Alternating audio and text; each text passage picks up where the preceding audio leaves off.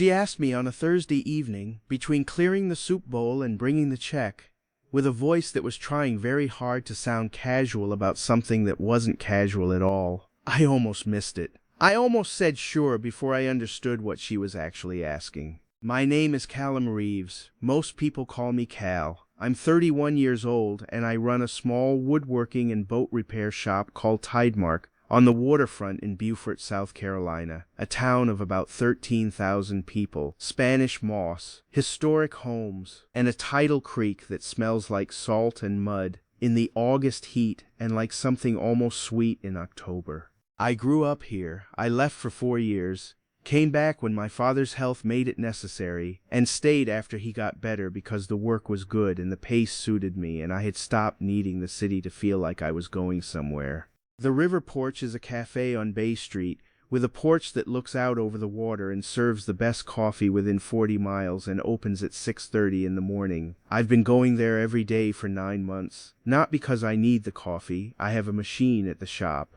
I go because of May Whitfield. May has worked at the River Porch for 3 years. She covers the morning shift 4 days a week, and the occasional Thursday evening, which is why I started adding Thursday evenings to my schedule about 6 months ago without examining my reasons too carefully. She has dark brown hair she wears up during morning rush, and loose on slower evenings, warm brown eyes, always slightly tired, and always completely present, and the specific quality of attention that belongs to someone who is genuinely interested in whoever is in front of her. She remembered my coffee order after the 3rd visit. She started leaving a cup on the counter before I finished parking the truck after the 5th. I never said anything about it. Saying something about it would have required explaining that I noticed. Thursday evenings she takes the corner tables. I always sit at the corner table by the window. This fact exists in its own category of things I have never examined too carefully. That Thursday she came to clear my bowl and something was wrong. I knew before she spoke. I had been watching her move through the cafe for 9 months. I knew what her face looked like when she was tired, when she was annoyed, when she was running on 3 hours of sleep. This was different. Her eyes were the specific red of someone who cried before their shift and reapplied concealer and thought no one would notice. "Rough day," I said. She set the bowl down on her tray. "I'm fine. You're not." She looked at me sideways. "You always say that." "Because you always say you're fine when you're not." She looked at the table, then at the window, then back at me. "Cal, can I ask you something that's going to sound strange?" "Go ahead." She sat down in the chair across from mine, something she had never done before, not once in 9 months, and put both hands flat on the table like she needed to press the words out through her palms. "You know Ethan," she said, "your ex. He's getting married." She said it the way you say something you've been rehearsing. "To Claire, the woman he left me for. The wedding is in 3 weeks in Hilton Head. I have to go. The same friend group, the same everything. I can't not go." "Okay," I said. "I don't want to go alone." She looked at her hands. "I don't want him to see me alone. I know that sounds small and vain and I don't care. It's still true." "It doesn't sound small," I said. She breathed in. Then she looked up. "Would you come with me?" Not as she stopped, started again. "I told people a while back that I was seeing someone. I haven't corrected it. If I show up with a friend, everyone will know. I need someone to come as your husband," I said. She went a little still. "How did you know that?" "Because you've been building to it for the last 2 minutes and a boyfriend wouldn't be enough." She covered her face with one hand for a second. "I know this is insane. You can say no. I'll understand completely if you say no. I said, what if I don't want to pretend?" She lowered her hand. She looked at me. "What?" I held her gaze. "I'm asking what you mean by pretend. I'll go. I just want to understand the terms." She studied me for a long moment with an expression I couldn't fully read. "You'd really come?" "I've been sitting in this corner for 9 months, I said. "You already know my answer." She looked at me like that sentence had landed somewhere she wasn't ready for. Then she picked up the tray and stood up, steady, decided, and said, "Thursday, 2 weeks. I'll explain everything." She walked back to the counter. I stayed at the table with my cold coffee and tried to remember the last time something had surprised me this much. We met twice in the week before the wedding to get the story right. The first time was at the cafe on her day off, small table in the back, 2 coffees, a notebook she'd brought. She had actual bullet points. I would have found this charming under any other circumstances. I found it charming anyway. Married 6 months, she said. That's close enough to feel recent, but long enough to explain why it wasn't a big announcement. How did we meet? You came in to fix the electrical panel 2 years ago. I fix boats, May. You can fix other things too. I can't fix electrical panels. In the story you can. In the story I can. She wrote something down. What do you do with your hands when you're nervous? I'm not usually nervous. At the wedding you might be. She looked up. People ask questions. If you go still or look away, they'll notice. I'll look at you, I said. She paused. What? If I don't know what to do, I'll look at you. Husbands look at their wives. It won't seem strange. She held my gaze for a second longer than the conversation required. Then she went back to the notebook. The second meeting was at my shop. She'd come to see what I actually did, she said, so she could talk about it with some accuracy. She walked the floor in her off-day clothes, jeans, and old linen shirt, running her hand along the edge of a hull I was refinishing. She asked real questions. What kind of wood? Why this treatment and not that one? How long a job like this took? I told her. She listened the way she listened to everything, completely. You talk about it the way I talk about the cafe, she said, looking at the hull. What do you mean? Like it's not just work. She turned. Like you actually care what happens to it, I said. What happens to the cafe when Mrs. Laney retires? She went a little quiet. I've been talking to her about buying it. Slowly. She stopped. It might not be realistic yet. Why not? It's a lot to take on alone. I looked at the hull I'd been working on, a 1960s wooden sloop someone's grandfather had left in a barn for 30 years. Things worth doing usually are, I said. She looked at me. I went back to sanding. She didn't say anything else about the cafe, but she stayed for another hour. The morning of the wedding, I drove to her apartment at 8. She opened the door in a soft green dress that hit just below the knee, her hair down, a simple earring, almost no jewelry. She looked at me in my borrowed suit and laughed, a small, nervous sound. You look completely different. I don't own a suit, I said. My friend Marcus does. It fits. His shoulders are close to mine. His shoes aren't. She glanced at my feet. They're close enough. She pressed her lips together to hold the smile. She was nervous. I could see it in the way she'd set her hands, one against the door frame, one holding her small bag too tightly. I held out my arm. Ready? She looked at my arm, then at me. Then she placed her hand on it, the specific lightness of someone being careful not to hold on. I owe you for this, she said quietly. You make my coffee before I ask, I said. We're even. She almost smiled for real. The drive to Hilton Head was 2 hours. For the first 40 minutes, she went through the story again. Dates, names, how we'd phrased things. I let her run through it. By the second hour, she had exhausted the rehearsal and just looked out the window at the marshes going by. You don't have to be perfect, I said after a while. I know. I mean it. If you forget something, I'll cover it. If you go quiet, I'll talk. You don't have to perform every minute. She turned from the window. How are you this calm? I work with old wood, I said. Patience is occupational. She laughed, the real one, and it changed the air in the car completely. Ethan and Claire arrived 40 minutes into the reception. I knew the moment May felt it. Her whole body changed beside me, a subtle tightening that she covered immediately. I moved my hand to the small of her back without making it a gesture. Just a placement. Don't look, I said quietly. I'm not looking, she said. You're about to. I'm not. She looked. Ethan was tall, well-dressed, with the particular ease of someone who had never had to work for the room's attention. Claire was exactly what I had expected, from the way May had described her, polished, confident, the kind of presence that organized itself around being noticed. They made a picture. May's fingers had found my jacket sleeve without her seeming to realize it. He sees us, she said. I know. He's coming over. I know. Cal. May. I turned so she had to look at me. You look beautiful. You're not alone. And I know where you keep the cilantro you pick out of your lunch salad when you think no one's watching. Trust me. She blinked. How do you know about the cilantro? 9 months, I said. I pay attention. She was still looking at me when Ethan reached us. I turned to meet him first. The introduction went cleanly. I kept one hand at May's back and let her take the lead while I filled the spaces where she slowed. When Ethan asked how long we'd been married, I answered without a pause. 6 months, small ceremony, we wanted it quiet. When he looked at me with the specific assessment of a man trying to calculate what he'd lost, I met his eyes and held them long enough to make the calculation uncomfortable. He moved on after 4 minutes. May exhaled beside me. "You're terrifying," she said quietly. "I'm polite," I said. "That's what's terrifying." The slow song started at 9:15. I turned and offered my hand. "Does my wife dance?" She looked at my hand. "Does her husband step on her feet?" "I grew up in South Carolina. We all know how to dance." She put her hand in mine. We moved into the middle of the floor.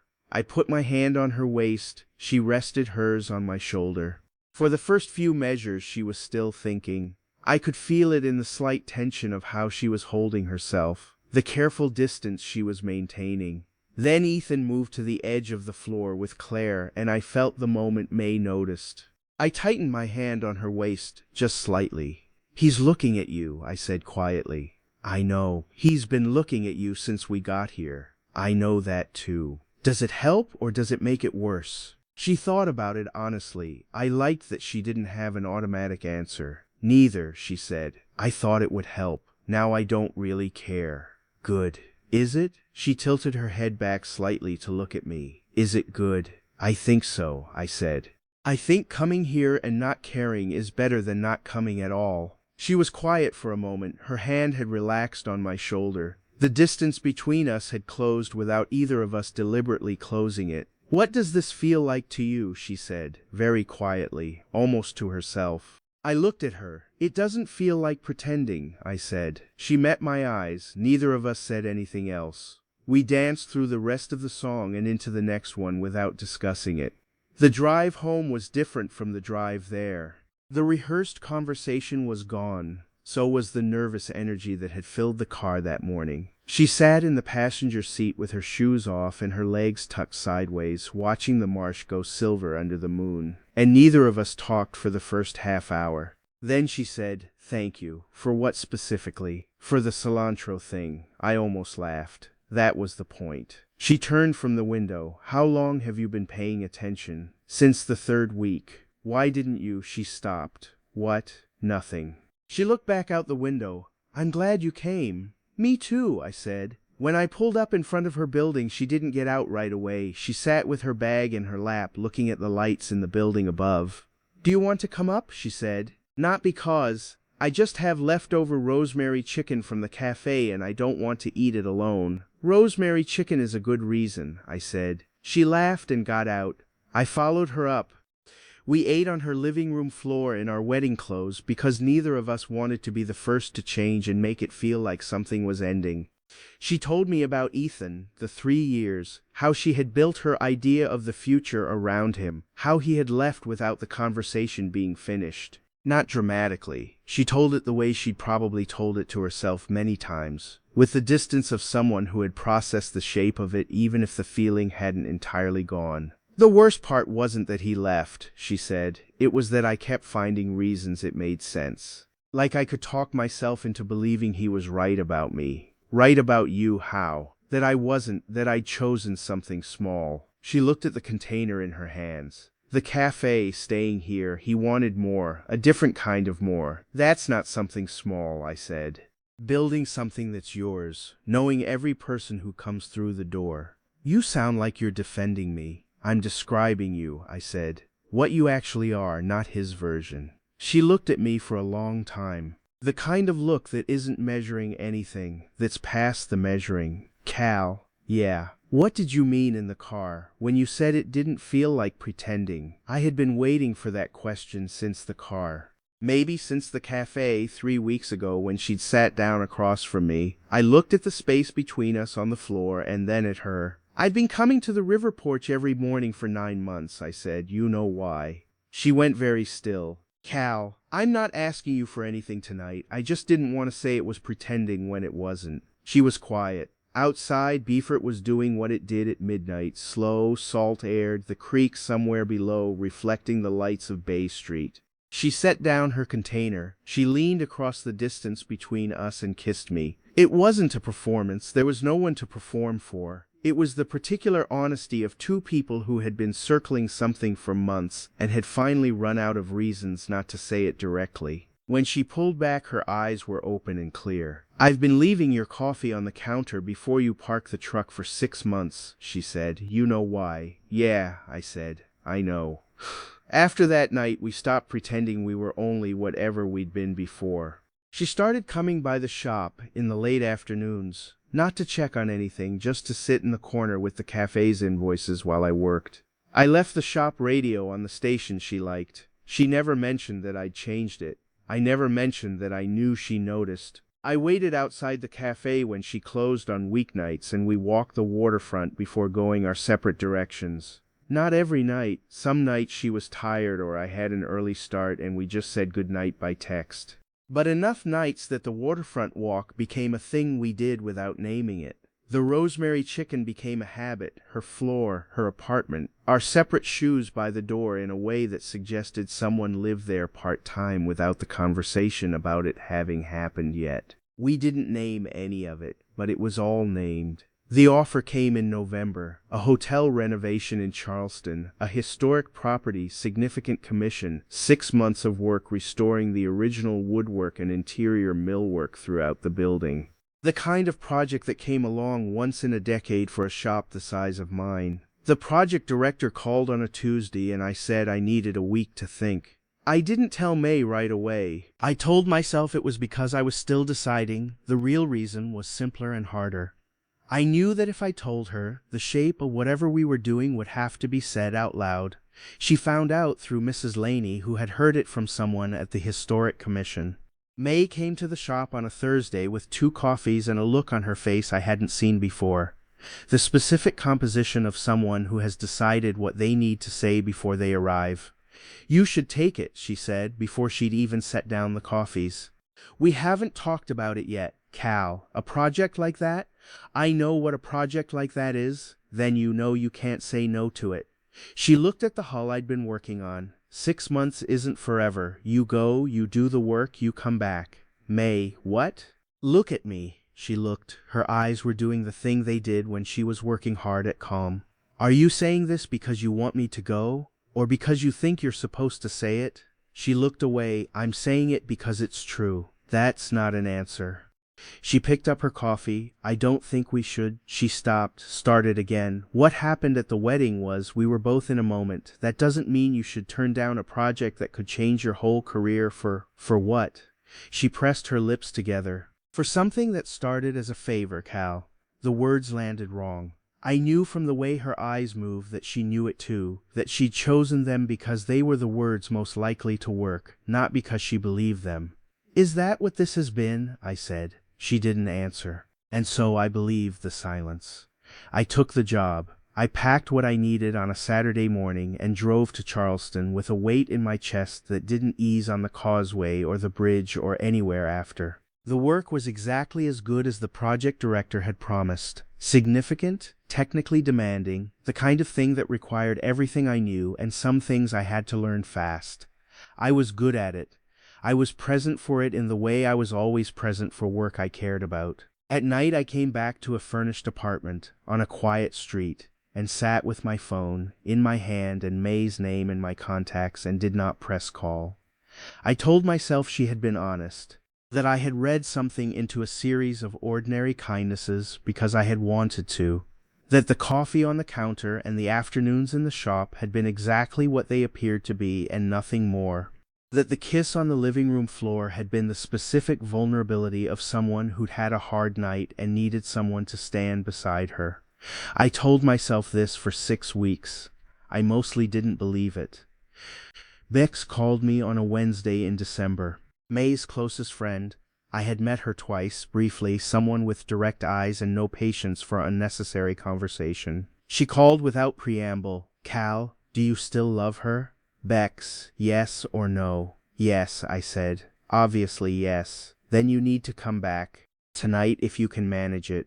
I sat down on the edge of the bed. She told me. "I know what she told you. She told you it started as a favor. She went home that night and called me crying because she'd said it. I didn't speak. She pushed you away because she thinks she's the thing that would hold you back.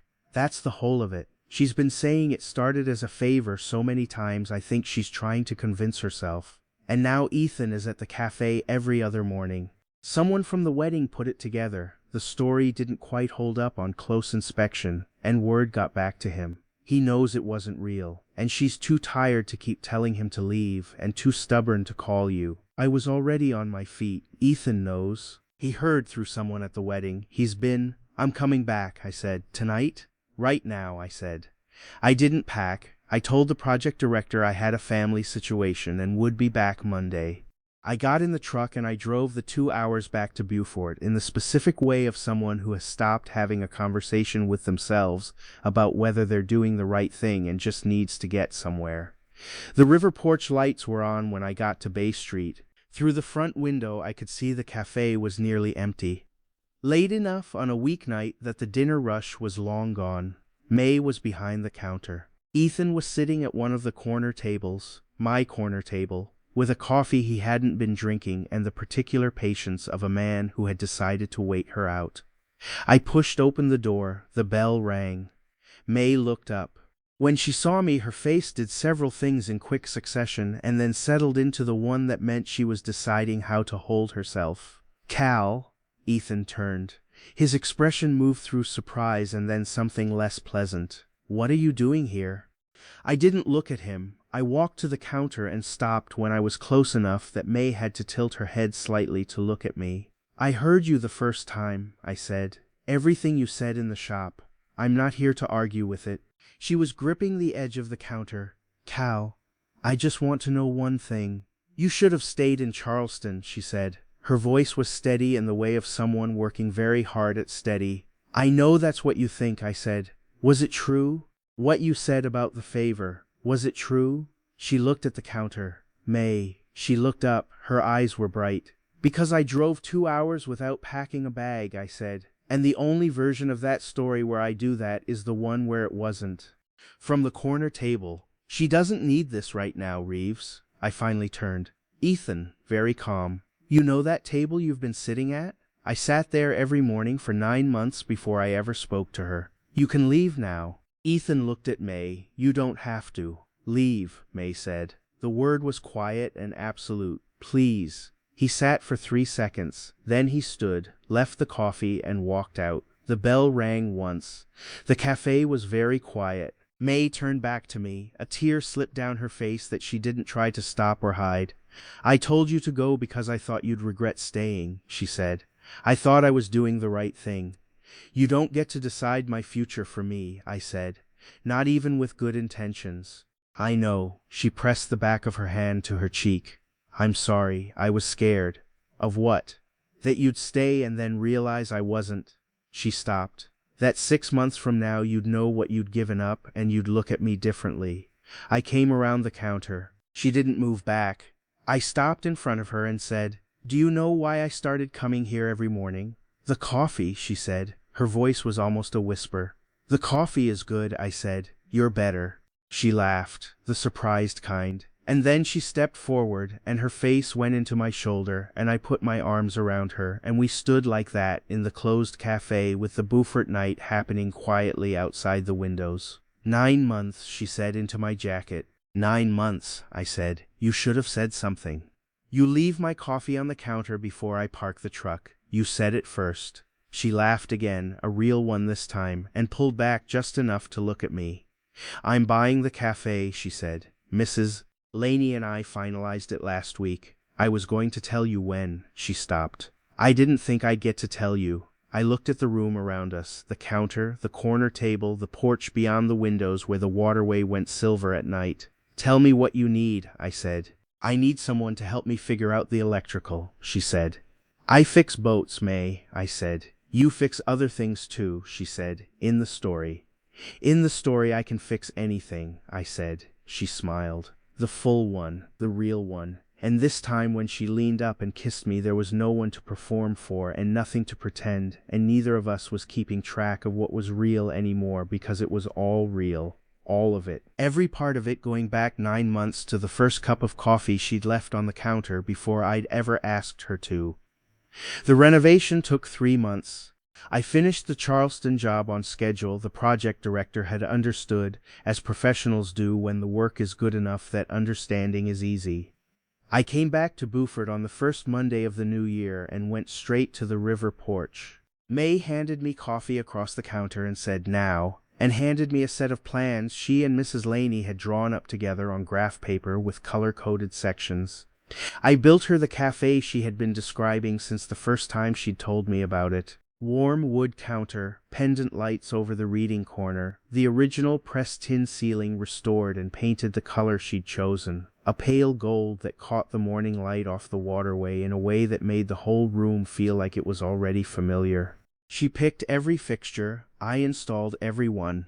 Some mornings I worked while she served the regular customers out of a temporary setup, coffee from a cart on the sidewalk, pastries in paper bags. The regulars came anyway. They came because of her, not the building. Bex came by one afternoon while I was up on a ladder and said, "You're still here." "I'm still here," I said. "She didn't think you would be." She was wrong about that. Bex looked at the ceiling I'd been working on. "Don't tell her I called you. She already knows." "How?" "She knows everything that happens in this cafe." I came down the ladder. "Always has." The renovation took 3 months, longer than I had originally estimated, not because the work was harder than expected, but because I kept stopping to ask her opinion on things I could have decided alone. The counter material, the shelf spacing behind the bar, the exact position of the pendant lights above the reading corner. I had the answers. I kept asking anyway. She noticed after the third week. She came in one afternoon and found me holding 2 paint samples against the pressed tin ceiling, and she said, "You already know which one." "I want to know which one you see." She took both samples and held them up, one at a time, tilting them in the afternoon light the way she did everything, fully, without rushing to a conclusion. "This one," she said, "the pale gold. It'll catch the morning light off the water." "That's what I thought," I said. "Then why did you ask?" I came down from the ladder. I didn't answer right away. She was standing in the middle of what was going to be her café, paint sample in one hand, looking at me with the expression that meant she already knew the answer and was waiting to see if I'd say it. "Because it's yours," I said. "All of it should be yours, the choices and the worrying and the figuring out. I'm just the person with the tools." She looked at me for a moment. Then she reached up and put the paint sample flat against my chest. Deliberately, the way you place something somewhere you intend for it to stay. "You're more than that," she said. "You know that." "I know that," I said. She smiled, the real one, and went back to measuring the counter depth for the third time because she still wasn't certain about the overhang. I went back up the ladder. We worked like that through the rest of February and into March. Her making decisions and me making them real, both of us at the same project from different angles, neither of us pretending anymore that this was anything other than what it was. The river porch reopened on a Saturday in April. Every table filled before noon. May moved behind the new counter, in her element, knowing every order before it was given, remembering names, making the room feel smaller and warmer than its square footage. She had always been good at this. Now the room was hers. That evening, after the last customer left, she turned off the main lights. Only the pendants over the reading corner and the counter stayed on, the warm gold of the pressed tin ceiling catching them. I had left my phone in the truck. I went back in through the porch door. She turned when she heard it. I put on the song that had been playing at Ethan's wedding when we danced. She laughed, surprised and real. "What are you doing?" I held out my hand. "Asking my wife to dance." She looked at my hand, then at me. "Still fake?" I crossed the room and took her hand without waiting.